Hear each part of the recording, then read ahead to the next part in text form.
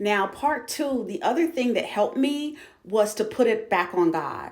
So it was understanding that there are levels to prophecy and there's a time and a place for the prophetic. So, for example, you may hear something from God or see something that maybe it's not for today or tomorrow. It may be something that happens a year down the line. It may be something that happens in a week. And it may be something where you have an opportunity. God gives you the dream and the vision, so that you can warn the person about what you're hearing or what you're seeing, and that they can make those corrections in their life. And once I learned to put it back on God, then it just really set me free. Like once I learned that if I didn't say it right, if I didn't get it right, that hey, I could say, this is what God said and how God gave it to me, and I always refer people back to Jesus. I always tell people that if something's not landing with them or resonating with them, then, maybe just write it down, give it some time. And I can tell you that I have never had something that I have prophesied to someone come back untrue, or had someone say, to me that, hey, that never happened.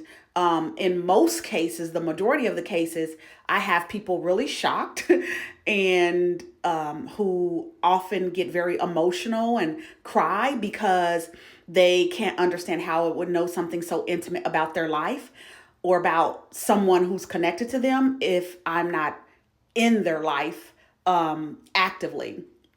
You know what I mean?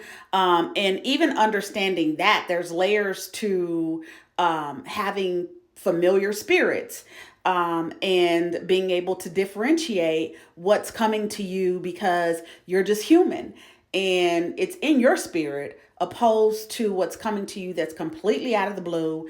You didn't have nothing to do with it. You don't have anything to do with the person, and God is giving you this dream or vision about them, and now you gotta go have a conversation and help support them through some things. Prophecy is primarily about warnings. It is also about hope and restoration, because God wants believers to have an opportunity to stick close to God, to have hope, and to return to God when they're out of alignment as well. So, if you have any questions about your spiritual gifts or developing your spiritual gifts, let me know what questions you have in the comments. I have helped some of the most corporate E type women, executives that you could imagine, with understanding their spiritual gifts.